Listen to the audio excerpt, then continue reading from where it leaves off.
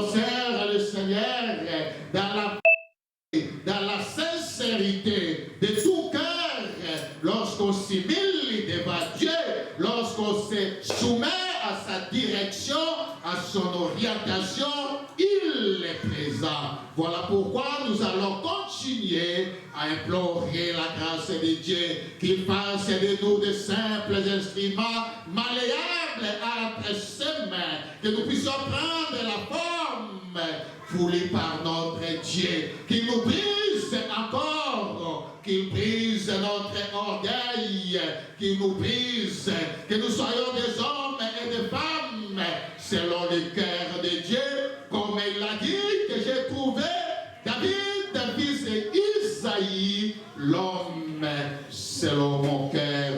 Que le Seigneur nous fasse grâce, que nous soyons des hommes et des femmes selon le cœur de Dieu. Alléluia. Amen.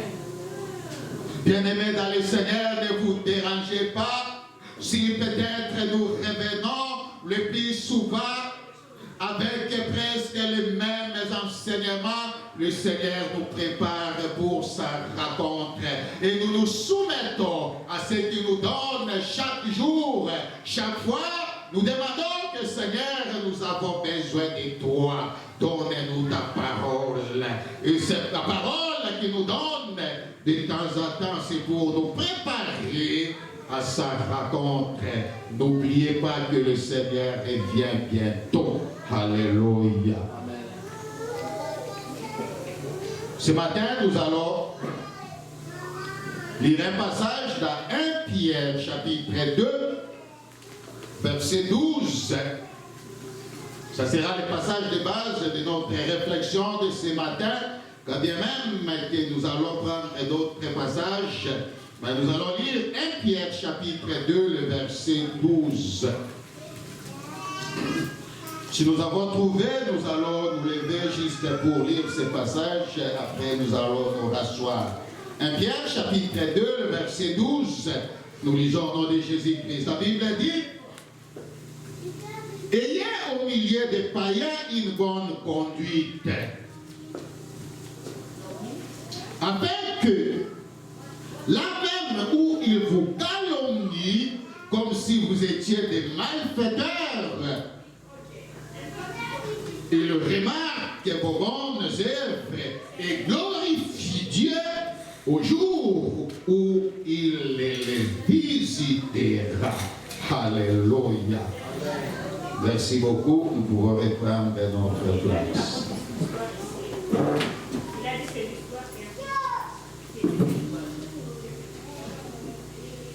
Bien-aimés dans le Seigneur, l'apôtre Pierre nous exhorte ce matin, au travers de ce passage, d'être des modèles, de se distinguer des païens au travers de notre conduite, au travers de nos bonnes œuvres. C'est même le but même de ce message, nous exhorter à être différents des hommes de ce monde, à être des modèles au travers de notre conduite et même au travers de nos bonnes œuvres. Alléluia. Pourquoi cela, bien-aimés dans le Seigneur? C'est parce que être chrétien n'est pas seulement avoir cru au Seigneur Jésus-Christ, quand bien même que c'est le point de départ. On ne peut pas être chrétien sans pour autant avoir cru au Seigneur Jésus-Christ. Mais être chrétien, c'est bien au-delà, puisque simple fait de croire au Seigneur Jésus-Christ. Non, bien-aimé dans le Seigneur, être chrétien, c'est vivre la vie de Christ en nous, en soi. C'est cela, être chrétien, parce que nous reflétons ce qui est en Christ. C'est-à-dire être comme lui a conduit et à bonnes œuvres. Comme tout à l'heure, lorsque Papa Gabriel priait, il disait que le Seigneur Jésus-Christ allait de lieu à lieu pour accomplir et faire des bonnes œuvres. Alléluia. Plusieurs qui se disent chrétiens aujourd'hui, vous les trouverez en train de mener une vie qui n'est pas digne des chrétiens, une vie qui n'est pas digne des enfants de Dieu. Tout ce que les païens font, ils le font également. À quoi alors sommes-nous différents de ce monde? Est-ce que portons-nous seulement le nom des chrétiens pour faire plaisir que nous sommes chrétiens? Voilà pourquoi au début nous avons dit que c'est bien au-delà d'avoir cru en Christ, mais vivre la vie de Christ en toi, c'est cela ce qui est bon, c'est cela ce qui fait faire qu'on te reconnaît comme chrétien. Alléluia. J'ai connu quand j'étais encore au pays en Afrique, un monsieur, lui, était commissionnaire. Et ce monsieur était, excusez-moi le terme, un escroc. Et il était connu un escroc. Il pouvait facilement même vous vendre la parcelle. Mais ce monsieur, chaque dimanche, vous le voyez passer devant vous avec une grosse Bible. Et il allait dans son église qui n'était pas loin de là où nous étions, et il se mettait devant. Il était même fier lorsque le pasteur pouvait dire « Amenez ceci à l'offrande ». Il était parmi les premiers à aller donner. Mais après 2 jours, vous allez attendre qu'il a escroqué. Il avait entré des locataires dans une maison qui n'est pas le leur. Et c'était ça sa vie. Il s'appelait aussi chrétien. Alors qu'il ne reflétait rien, absolument rien de ce que les chrétiens peuvent refléter. Et il y a encore aujourd'hui à l'église plusieurs qui se comportent comme cela et qui se disent chrétiens. Je ne sais pas si c'est chrétien libéral. Bien-aimés dans le Seigneur, nous sommes appelés à être différents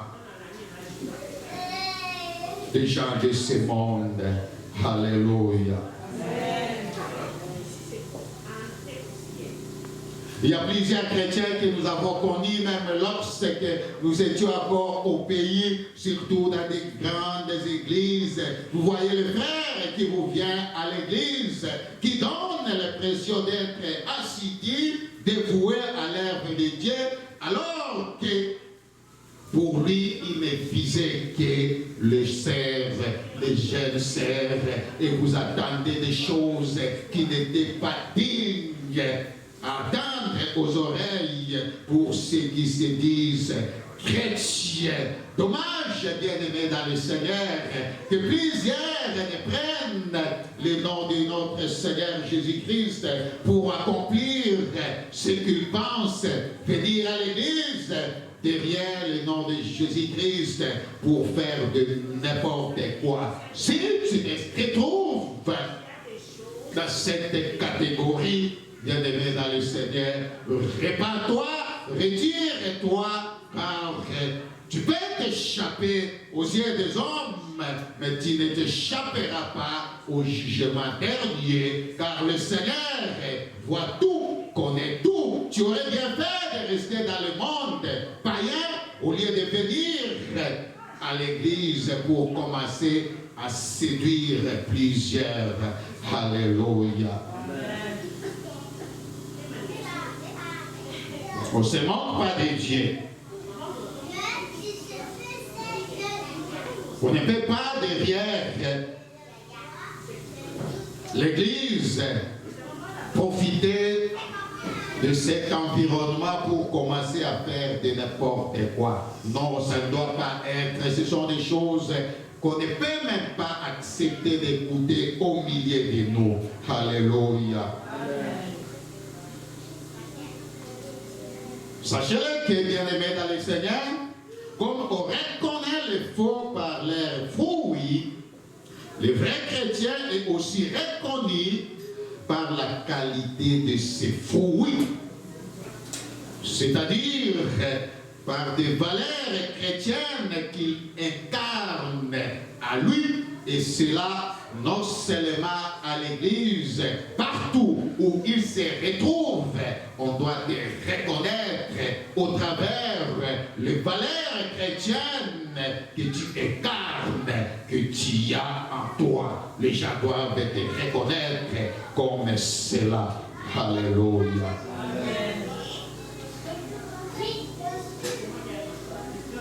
Mais lorsque, par exemple, au milieu des païens, au milieu des amis, au travail, là où tu te retrouves, les gens n'arrivent pas à faire différence.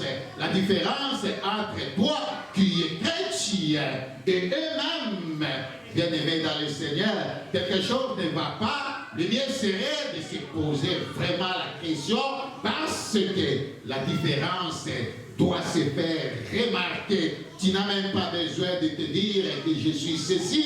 Les gens doivent remarquer que tu es différent d'eux et ils doivent le dire. Alléluia. Jésus-Christ est la lumière. Et partout où il y a la lumière, parmi les ténèbres, la lumière se fait toujours remarquer. Il est impossible que ça soit ici tout noir et qu'on allume une lampe pour qu'on dise qu'on n'a pas vu. Non. Si vous êtes, si Jésus-Christ est en vous et vous êtes la lumière, sachez que partout où vous serez, même au travail, parmi vos amis, on va remarquer que lui là est différent de nous. C'est comme ça, bien aimé dans le Seigneur. On doit les remarquer.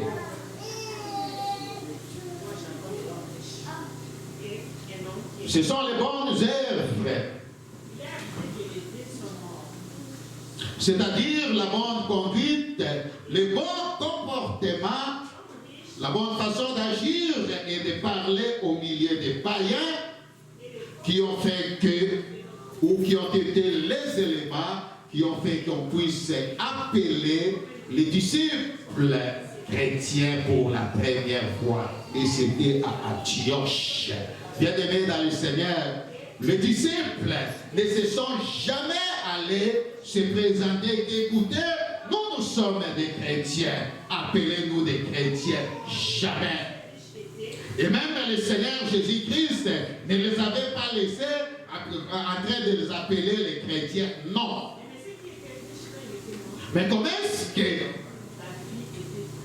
on est arrivé à les appeler les chrétiens? C'est au travers leur comportement, au travers leur conduite, au travers leurs bonnes œuvres, que les gens de la foule, les païens à Antioche ont remarqué que ceux-là sont différents de nous. Ce qu'ils sont, ce qu'ils font, ils ressemblent à Christ. Et tout de suite là, ils les ont identifiés à Christ et ils les ont appelés chrétiens. Si vous voulez, vous allez lire à la maison, c'est dans Actes des Apôtres, chapitre 11, verset 26.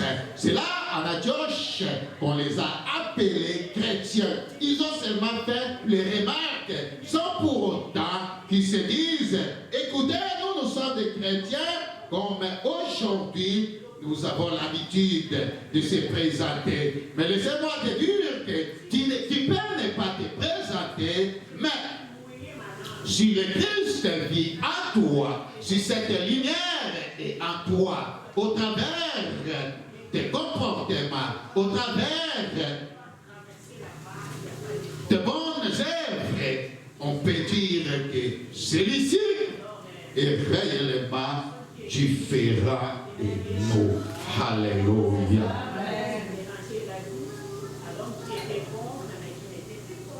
La Bible nous dit dans 2 Corinthiens chapitre 5, le verset 17, la Bible dit, si quelqu'un est en Christ, il est une nouvelle créature. Les choses anciennes sont passées, et voici, toutes les choses sont devenues nouvelles. Alléluia. Voyez-vous, bien-aimés dans le Seigneur, il est impossible d'avoir cru en Jésus-Christ, donner sa vie en Jésus-Christ et demeurer les mêmes.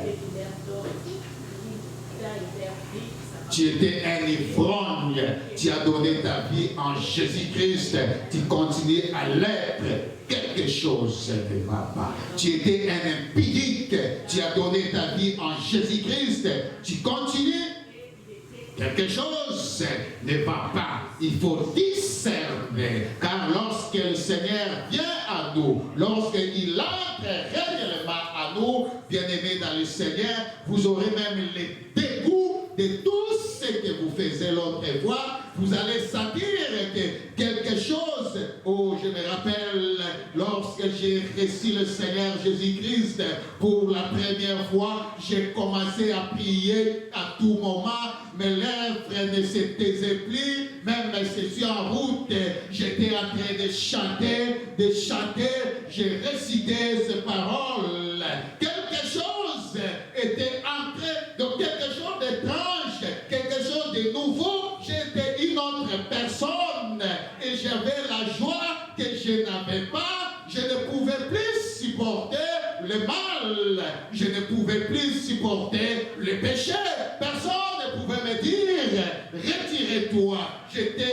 C'était devenu quelque chose d'horrible de ne pas toucher, de l'interdit, même certaines choses, sans pour autant qu'on me le dise, je peux retirer des âmes. Pourquoi? Parce que le Seigneur Jésus-Christ était déjà entré à moi, il vivait à moi, et le Saint-Esprit a pris place, et le péché n'avait plus la place à moi. Et par la lumière, le ténèbre recule.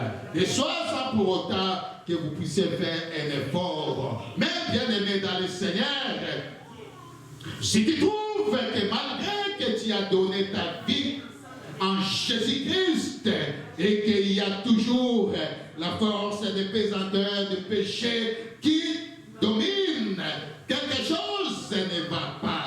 Prie au Seigneur Jésus-Christ. Tu dois sentir la différence par rapport à ce que tu étais. Ça ne doit pas être pareil, bien-aimé dans le Seigneur. Non.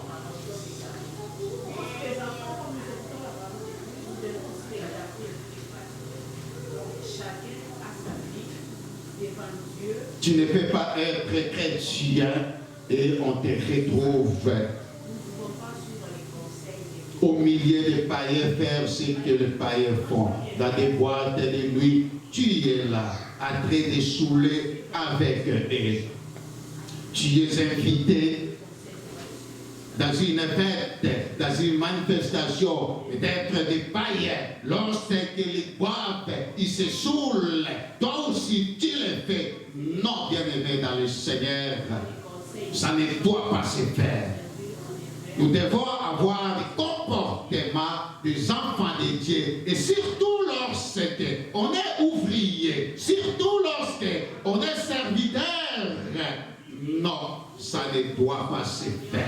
Nous devons être des modèles, nous devons être différents des gens de ce monde. Alléluia. Amen.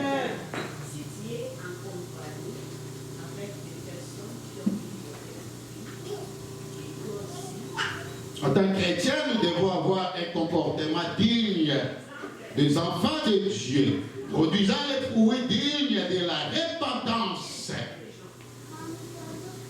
Comme l'a si bien dit Jean-Baptiste s'adressa aux Sadducéens qui venaient se faire baptiser en lui. Il leur dit, dans Matthieu chapitre 3, verset 8, produisez donc les fruits dignes de la repentance.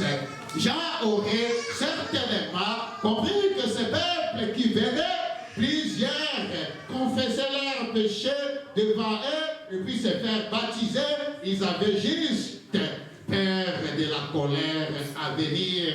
C'est pourquoi il leur dit, race de vipères, qui vous a appris à fuir la colère à venir, produisez le fruit digne de la repentance. Ne venez pas seulement confesser les péchés, être baptisé et rester le même. Non, produisez les fruits dignes de la repentance. Alléluia. Et cette prédication de Jean-Baptiste, bien-aimé, est encore valable pour nous aujourd'hui. Nous devons produire les fruits dignes de la repentance. Alléluia. Devant notre Dieu, on ne peut pas être un chrétien indépendant. C'est ma vie. Je fais de ma vie ce que je veux. Ce que je veux, personne ne peut m'empêcher. Non. Malheureusement, bien-aimé dans le Seigneur, lorsque l'on donne sa vie à Jésus-Christ, on n'est plus indépendant, on ne peut plus faire de sa vie ce qu'on veut, on ne peut plus faire de son corps ce qu'on veut. Non, bien-aimé dans le Seigneur, ça ne se fait pas dans la présence de Dieu. Dans la présence de Dieu, nous dépendons de Dieu lui-même. Nos vies ne dépendent plus désormais de nous-mêmes, mais ça dépend de Christ. Voilà pourquoi, bien-aimés dans le Seigneur, nous devons comprendre qu'à un certain moment, nous devons arriver à haïr même notre propre vie, nos sentiments à nous, pour céder la place en Jésus-Christ. Alléluia.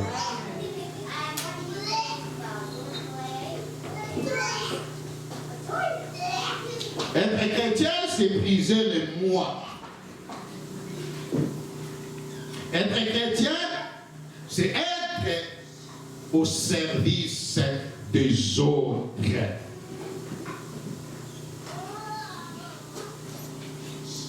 Être chrétien, c'est même haïr sa propre vie au profit de Jésus-Christ et des autres.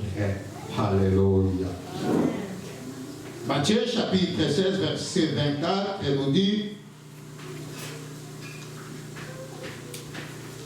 si quelqu'un veut me suivre, ça c'est le Seigneur Jésus-Christ. Si quelqu'un veut me suivre, qu'il renonce à lui-même, qu'il se charge de sa croix et qu'il me suive. Et puis aussi, bien avant, dans le chapitre 10, 37, dit ceci, celui qui aime son père, sa mère, plus que moi, n'est pas digne de moi. Et celui qui aime son fils ou sa fille plus que moi, n'est pas digne de moi. Alléluia. Amen.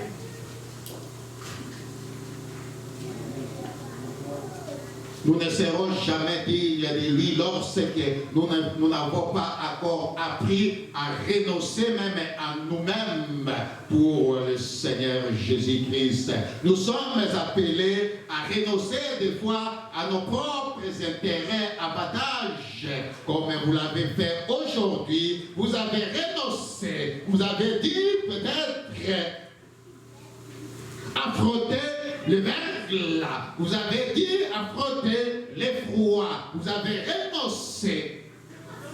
à vous-même pour céder la place en Jésus-Christ. Et lorsque la Bible dit que si quelqu'un aime son fils, aime sa vie plus que moi, n'est pas digne à moi, tout de suite là, j'ai compris pourquoi Abraham ne pouvait pas hésiter un seul instant de livrer même son fils en holocauste à Dieu. Et j'ai compris qu'Abraham avait compris qu'il n'y a rien qui peut aimer dans ce monde plus que notre Dieu. Et notre Dieu qui est fidèle donne toujours la récompense à ceux-là qui l'honorent. Alléluia.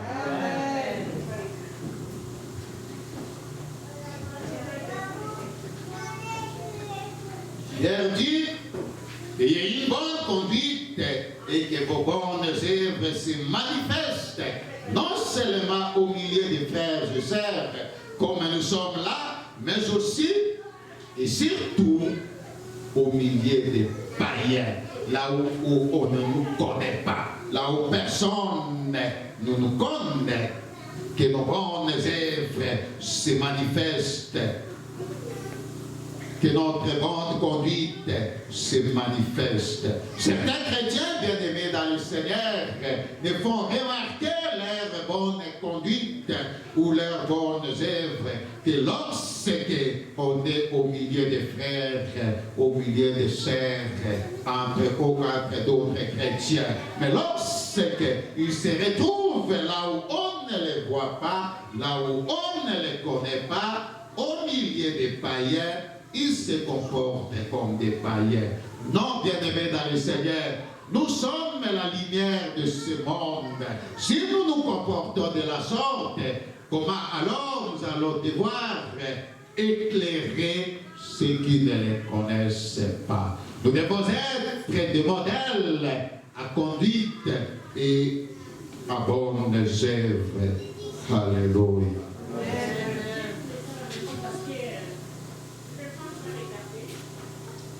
Il y a lieu de se poser la question aujourd'hui, si ta bonne conduite, tes bonnes œuvres se font réellement remarquer partout où tu es. À commencer d'abord dans nos demeures, dans nos maisons, au milieu de ceux qui nous connaissent, et qui peuvent témoigner de nos bonnes œuvres. Tu es là, présent, même si tu nous suis, au travers des réseaux sociaux. Est-ce que ma sœur, ta bonne conduite peut se faire remarquer, même dans ta maison? Ton mari peut remarquer ta bonne conduite. Tes enfants peuvent remarquer de bonnes œuvres, ou bien, comme nous avons connu plusieurs quand nous étions encore au pays, le mari a fini le travail, mais il a peur de rentrer aussitôt à la maison, parce que s'il rentre à la maison, il va commencer, c'est peut-être des disputes, il ne sera pas à l'aise. Il préfère rester d'abord au coin avec ses amis jusqu'à ce que le temps va passer. Il rentre vite là, manger, dormir et c'est tout.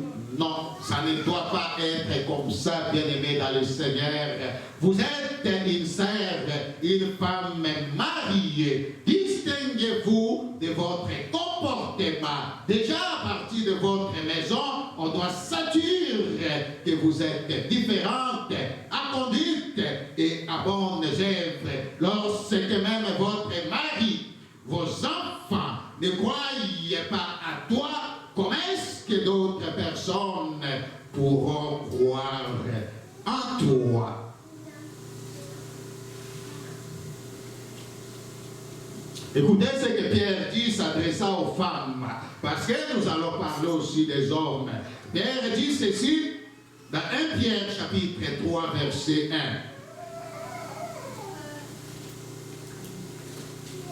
Il dit, femmes, soyez de même soumises à vos maris, afin que, c'est là où j'aime beaucoup, si quelques-uns n'obéissent point à la parole, ils soient gagnés sans parole par conduite de leurs femmes.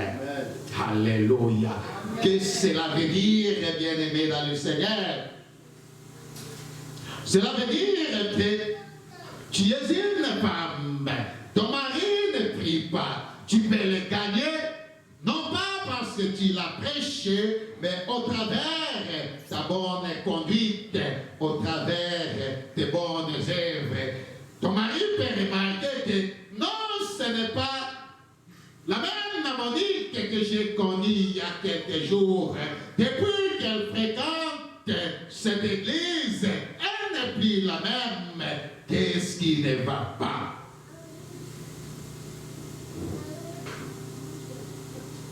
Elle trouve que malgré ce qu'elle fait, tu es différente des autres femmes.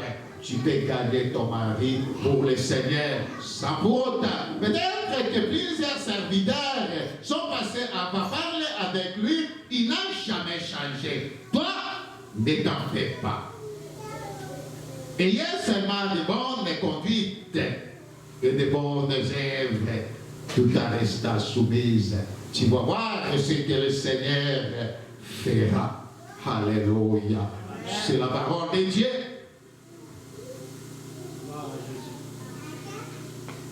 Et pour nous les hommes, est-ce que notre présence dans nos demeures amène réellement un climat de joie? Est-ce que déjà, même nos épouses peuvent témoigner de nous que nous sommes vraiment le mari, le père pour les enfants que les enfants attendent, ou bien, comme nous avons connu, des pères qui, lorsqu'il arrive, c'est un lion, chaque enfant déjà prend sa position, plus de bruit, personne ne parle. Nous avons connu des pères comme ça, plusieurs amis, on a même peur de parler, de faire quelque chose. Il y a des hommes qui, la parole de leur femme ne compte pas, ou sinon ça compte moins. Ce qu'il dit, c'est ce qui est vrai, c'est ce qui doit être fait, c'est ce qui est raisonnable. Ce que la femme dit n'est pas nécessairement bon. Non, bien-aimé dans le Seigneur, cette façon de dire, cette façon de faire les choses font que plusieurs femmes se sentent ne pas considérées, frustrées, retirées, et à force d'accumuler de telles choses, un jour, lorsque ça va éclater, ça devient difficile à réparer. Écoutez, bien-aimés dans le Seigneur, si ta femme n'est pas heureuse entre thèmes, où veut-il qu'elle aille pour être heureuse? Plusieurs me disent que il m'a fait de plaire que quand on était encore les fiancés, mais depuis que nous sommes... Non, il m'a même jamais au restaurant. Peut-être les femmes le disent en riant, mais c'est la vérité. Ce qu'il dit. Écoutez bien, aimés dans le Seigneur, ça c'est entre nous. Il n'y a pas deux vies sur la terre, il y a une seule vie. Après quoi, nous allons vous présenter dans la présence de Dieu. Ne vous affectez pas. Il n'y en aura pas d'autre. Et la vie là dont nous parlons, on était ici le dimanche dernier, ça fait un dimanche de plus, on se voit. Les jours passent, les semaines, les mois, les années, nous vieillissons. Croyez-vous qu'il y aura encore une autre vie sur la terre? Si ta famille ne se réjouit pas lorsque tu es encore vivant, fort,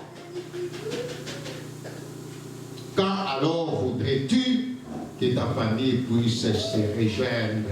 Le précieux que le Seigneur nous a donné sur cette terre, sachez-le que ce sont les familles que nous avons. C'est ton mari, c'est ta femme, ce sont vos enfants. Raison pour laquelle, je l'avais dit dernièrement, que nous avons laissé nos frères et sœurs, nos parents, et on a pris notre épouse, on a pris nos enfants pour venir avec eux. C'est parce que nous croyons que c'est le plus précieux. On a laissé même nos biens, certains ont laissé même des maisons,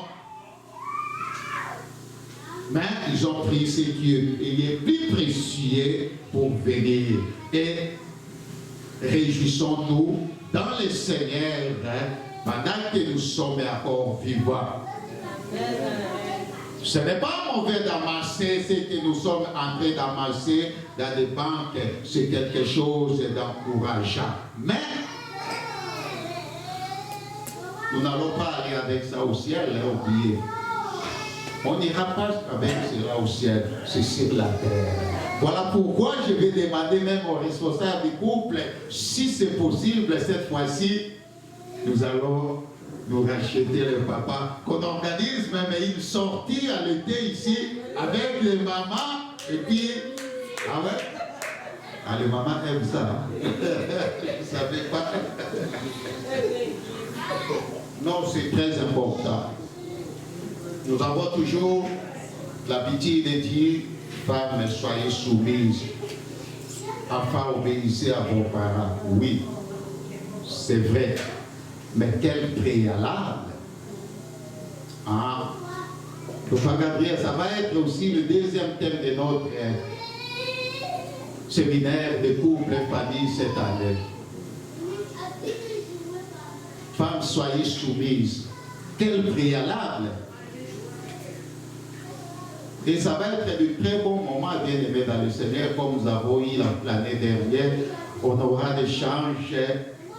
On le dit toujours, il n'y a pas d'experts, mais nous avons besoin des contributions de chacun de nous et ça nous aide. Et nous allons encore parler, à part ce qu'on n'a pas pu faire l'année dernière, sur les ados.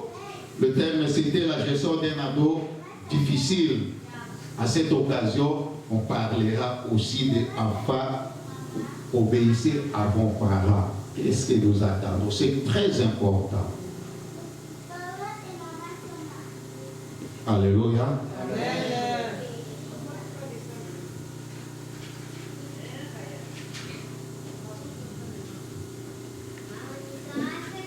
Comment nous comportons-nous, bien-aimés dans le Seigneur, au milieu du travail, au milieu de nos collègues au travail, à l'école, à l'université, au cégep?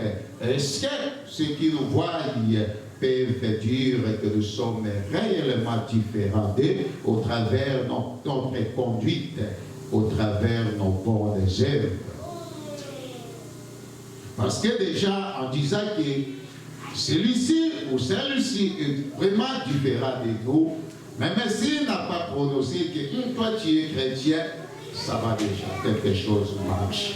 Mais lorsqu'on ne peut pas voir qu'il y a une différence, quelque chose ne va pas. Alléluia. Les bonnes œuvres, la bonne conduite sont l'extériorisation de la qualité de la vie intérieure. C'est-à-dire que la bonne conduite, les œuvres que quelqu'un fait, ça vient de l'intérieur. C'est une façon d'extérioriser ce qui est en nous.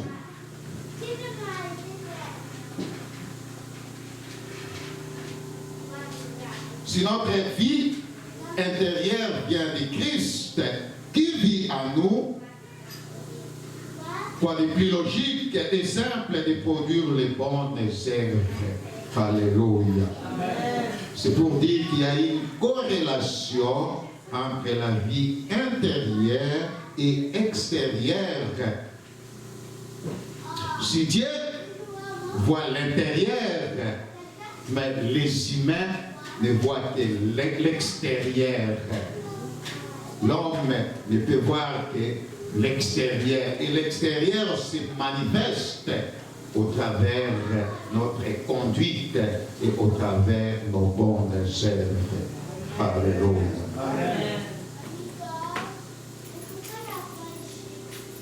Ne soyons pas motivés d'avoir de bonnes œuvres seulement au milieu de ceux qui nous connaissent, au milieu des frères et sœurs à l'église ou lorsque nous sommes entre nous. Non.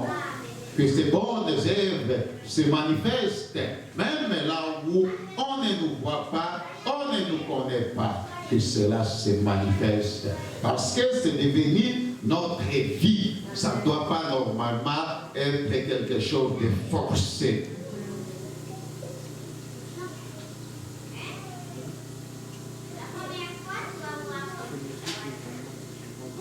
Et ceux qui nous calomnient ou nous accusent faussement, n'ont-ils pas peut-être raison de le faire en considérant nos œuvres qu'ils voient comment nous nous comportons devant eux?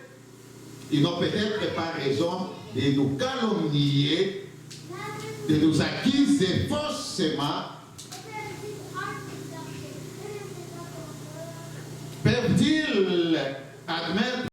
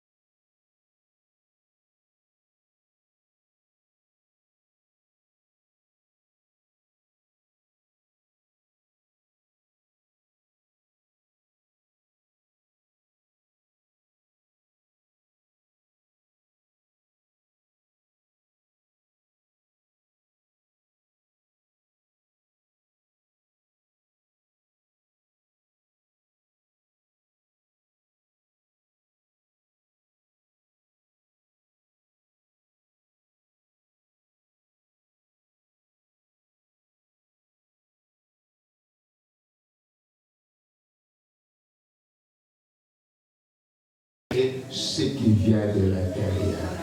Alléluia. Ce qui fait la différence entre un chrétien et un païen, c'est entre autres les bonnes œuvres, la bonne conduite, celles qui sont basées sur la parole de Dieu et non pas sur la morale des hommes. Parce qu'il y a des hommes qui font des œuvres caritales. Oui. Voilà, comme ça. Mais peut-être qu'ils ne sont pas chrétiens, mais ils le font. Voilà pourquoi nous avons dit que ça doit être basé sur la parole de Dieu et non sur la morale des hommes. Pour terminer, Jacques dit ceci dans Jacques chapitre 2, verset 17. Il dit que la foi chrétienne doit se faire remarquer par les œuvres. Car la foi sans les œuvres est une foi morte. Alléluia. Ne nous présentons pas seulement chrétiens, mais soyons chrétiens et vivons comme des chrétiens de par notre conduite et en produisant le fruit digne de la repentance, en manifestant les bonnes œuvres, car elles amèneront les païens à glorifier notre Dieu lorsque